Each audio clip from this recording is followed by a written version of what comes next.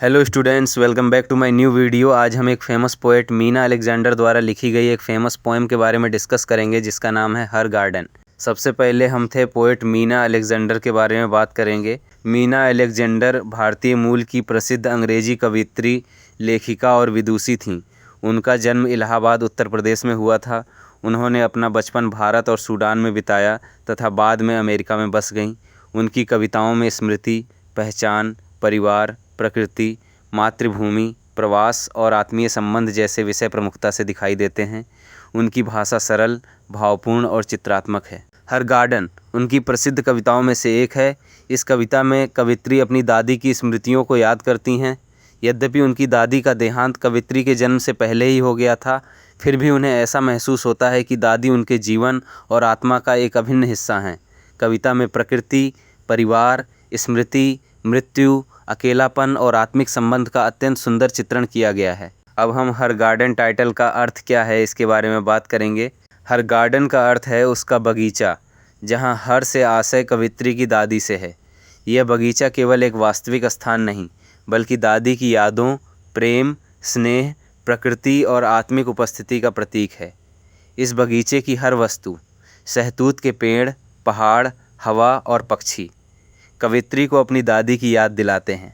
इसलिए हर गार्डन शीर्षक पूरी तरह सार्थक है, क्योंकि पूरी कविता दादी के बगीचे और उससे जुड़ी स्मृतियों के इर्द गिर्द घूमती है। अब हम इसका समरी के बारे में बात करेंगे। The mountains crackle, they are full of flint, the cicada bristles, it does not sing in grandmother's garden as mulberry trees gnarled like her hands start their long slide seawards। कवित्री अपनी दादी के बगीचे की उदास और कठोर प्रकृति का चित्रण करती हैं।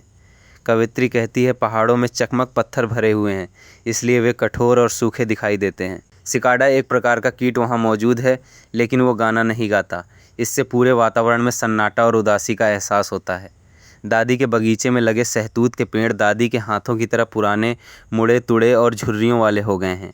ये पेड़ समय के साथ धीरे धीरे समुद्र की ओर झुकते या खिसकते हुए प्रतीत होते हैं। ये दृश्य बताता है कि समय के साथ प्रकृति और मनुष्य दोनों बूढ़े हो जाते हैं और जीवन लगातार परिवर्तन की ओर बढ़ता रहता है। I imagine her sitting under the mulberry leaves, hot fruit splashed, to her eyes a blindness cleaned, in that solitary house, when trees clamber out of bark and swim to a rock that is black and bare and like nothing else in this homeland। कवित्री अपनी दादी की कल्पना करती हैं। वे सोचती हैं कि उनकी दादी सहतूत यानी मलबरी के पेड़ के नीचे बैठी हैं। पेड़ों से गिरने वाले गर्म और पके हुए फल उनके चेहरे और आँखों पर गिरते हैं। इससे ऐसा लगता है कि उनकी आँखों की धुंध या अंधकार धीरे धीरे साफ हो रहा है। दादी उस अकेले घर में रहती हैं जहाँ चारों ओर केवल प्रकृति और शांति है। कवयित्री अपनी कल्पना में देखती हैं कि पेड़ अपनी जड़ों और छाल से बाहर निकलकर जैसे जीवित हो गए हों और तैरते हुए एक काली, सूनी चट्टान की ओर जा रहे हों।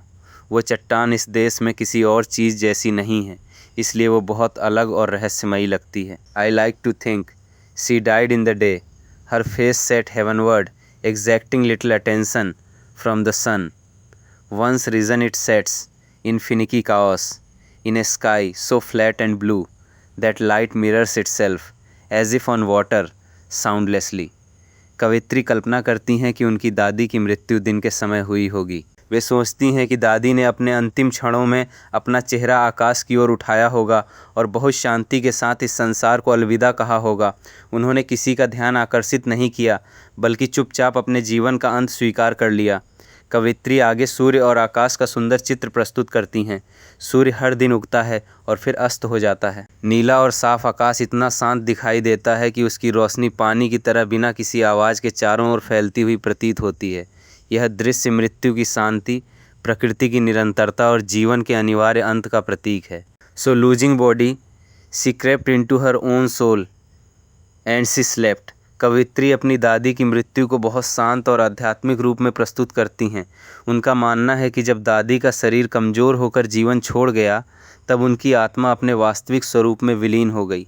इसके बाद वे गहरी और शांत नींद में सो गईं, अर्थात उन्हें हमेशा के लिए शांति और मुक्ति मिल गई। As young goats leap over cracks in the garden walls, as the cicada sends sparks from its wings, I remember her कवयित्री बताती हैं कि जब वे बगीचे में छोटे छोटे बकरियों के बच्चों को दीवारों की दरारों के ऊपर खुशी से कूदते हुए देखती हैं और सिकाडा यानी एक प्रकार का कीट को अपने पंखों से आवाज़ करते हुए सुनती हैं, तब उन्हें अपनी दादी की याद आ जाती है। बगीचे के ये छोटे छोटे प्राकृतिक दृश्य उनकी दादी से जुड़ी पुरानी यादों को फिर से जीवित कर देते हैं।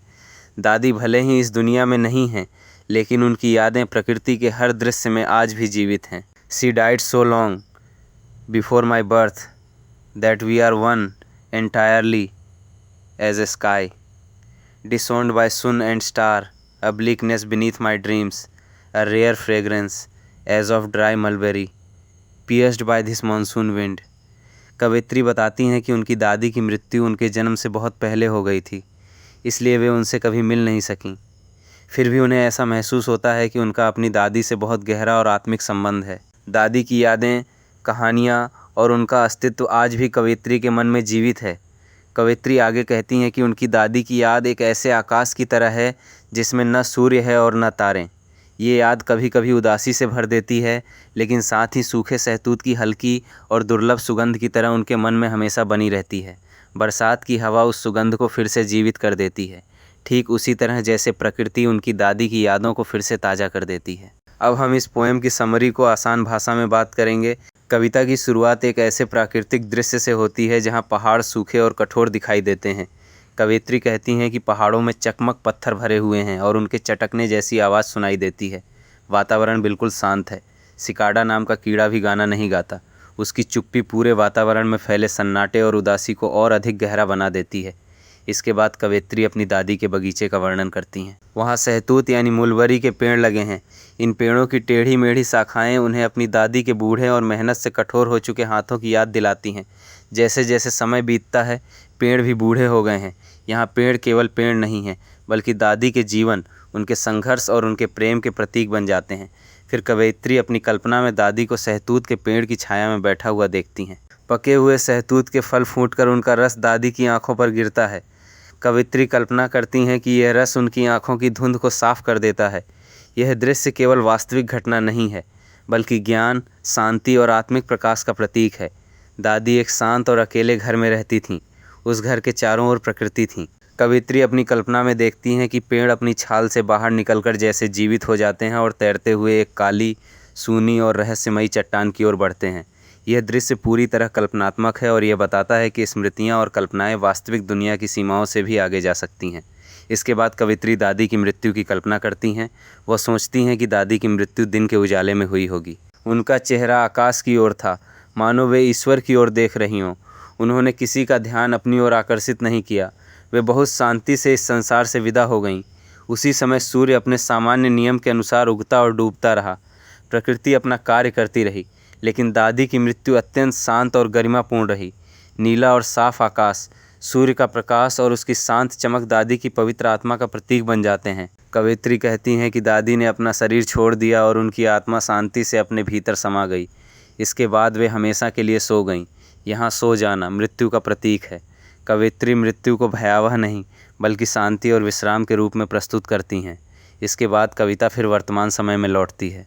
बगीचे में छोटे छोटे बकरी के बच्चे खुशी से कूदते फांदते हैं। सिकाडा अपने पंख हिलाता है और उसकी आवाज़ वातावरण में गूंजती है। इन सभी प्राकृतिक दृश्यों को देखकर कवयित्री को अपनी दादी की याद आने लगती है। प्रकृति का प्रत्येक दृश्य उनके लिए दादी की स्मृतियों को जीवित कर देता है। कविता के अंतिम भाग में कवयित्री कहती हैं कि उनकी दादी की मृत्यु उनके जन्म से बहुत पहले हो गई थी। उन्होंने अपनी दादी को कभी देखा भी नहीं। फिर भी उन्हें ऐसा लगता है कि वे दोनों एक ही आत्मा के दो रूप हैं।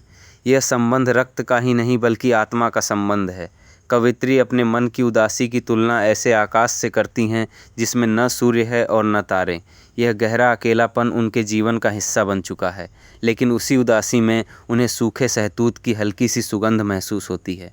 जब मानसून की हवा चलती है तो वह सुगंध फिर से जीवित हो जाती है और दादी की यादें उनके मन में ताज़ा हो उठती हैं। इस प्रकार प्रकृति स्मृति का माध्यम बन जाती है। अब हम हर गार्डन पोएम की निष्कर्ष क्या है इसके बारे में बात करेंगे। हर गार्डन एक अत्यंत मार्मिक, संवेदनशील और प्रतीकात्मक कविता है।